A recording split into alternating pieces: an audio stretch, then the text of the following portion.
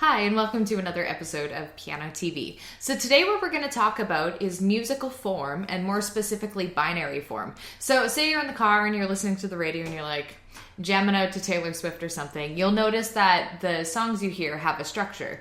And with pop music or country music or rock music or whatever, the structure is usually verse, chorus, maybe there's like a bridge thrown in there somewhere. So today we're going to talk about kind of an old-timey musical form, musical style, binary form, which was used a lot in the Baroque era and the classical era. So yeah, let's hop to it.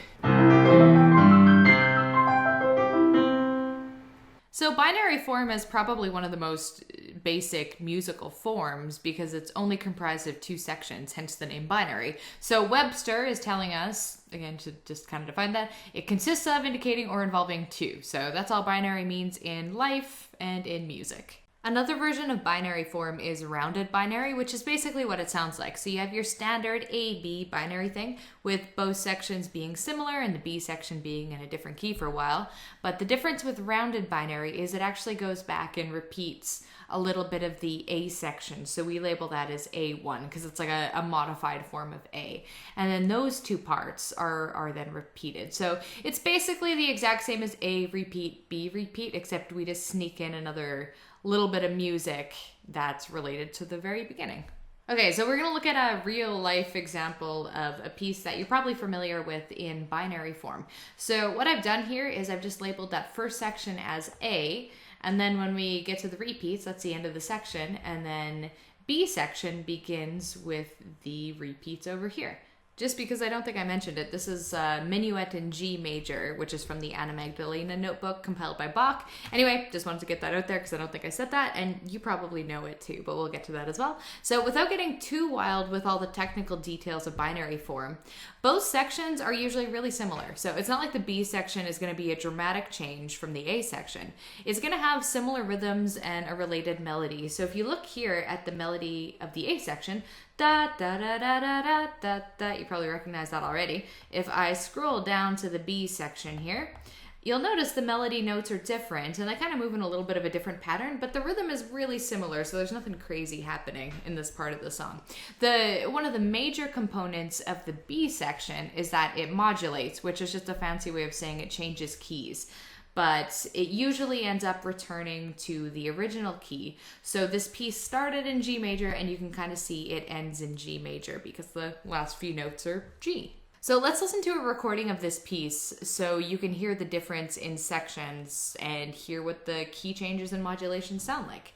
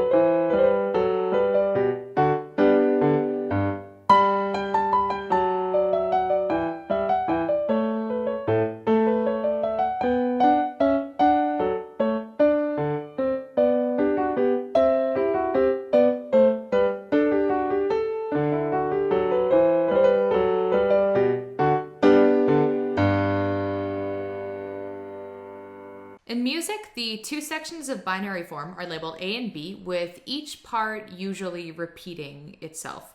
So you'll find lots of beginner and intermediate Baroque pieces using this form, as well as some Baroque keyboard sonatas, particularly those by Scarlatti. And they're pretty easy to recognize just because they do have this repeat pattern. Okay, so I got another Bach minuet here. This one's just a little bit different, and it's going to be an example of our rounded binary form. So very, very similar as we just saw.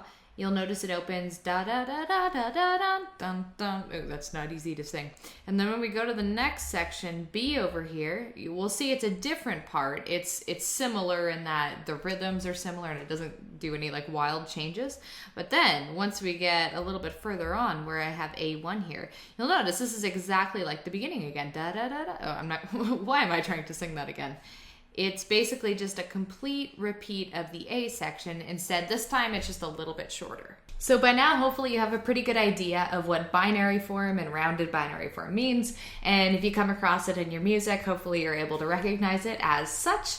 It's just kind of nice to be able to look at your music and understand the structure of it and all those little building blocks that make it unique. All right, thank you for watching this video, and as always, you can keep in touch by visiting pianotv.net, and you can subscribe and send this video a like if you learned something. Thank you so much, and I'll catch you next time.